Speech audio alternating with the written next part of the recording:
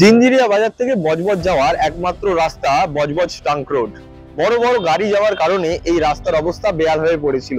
এখানকার যারা সাধারণ মানুষ রয়েছে তারাও দুর্ঘটনার আতঙ্কে থাকতেন এবং প্রায়শই ঘটতো গাড়ি উল্টে যাওয়ার ঘটনা। একটু বৃষ্টি হলেই এই রাস্তার অবস্থা পুকুরের মতো হয়ে যেত।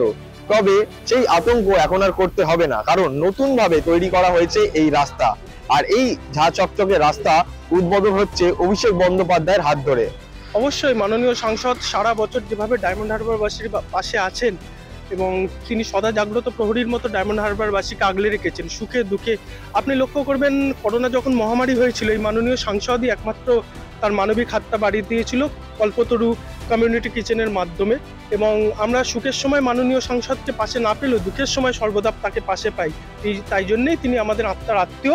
এবং আপনি দেখতে পাচ্ছেন যে বিস্তীর্ণ অঞ্চল জুড়ে মহেশতলাবাসীর একটাই আবদার ছিল মাননীয় সাংসদের কাছে, যে উড়ালপুল তো হয়েছে, নিচের রাস্তার যে অবস্থা সেই অবস্থাকে যাতে খুব দ্রুত সম্ভব সমাধান করা যায়। মাননীয় সাংসদ সেই দিকে কর্ণপাত করেছেন এবং দেখতে পাচ্ছেন ঝাঁ চকচকে রাস্তা। আমরা বলতে পারি যে হলো ঝাঁ চকচকে রাস্তা, হলো উড়ালপুল, কথা দিয়ে কথা রাখে একমাত্র জোড়াফুল।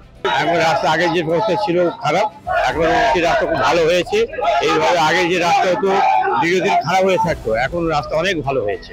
অ্যাক্সিডেন্ট যেভাবে হতো চারটে অ্যাক্সিডেন্ট কমেও থাকবে, এই জন্য খুব ভালো হয়েছে। ধন্যবাদ।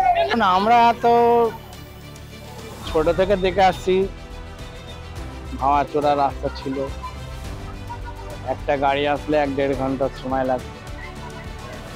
1980-82 সালের কথা, ঠিক আছে। এই জন্য জানি এখন ব্যাপার অনেকটাই হয়তো। রাস্তা প্রচণ্ড খারাপ ছিল, এখন যথেষ্ট ভালো হয়ে গেছে, খুব ভালো লাগছে। রাস্তাঘাট, আলো সবটাই ভালো লাগছে। আজকাল .in এর জন্য অভিষেক সিংহ।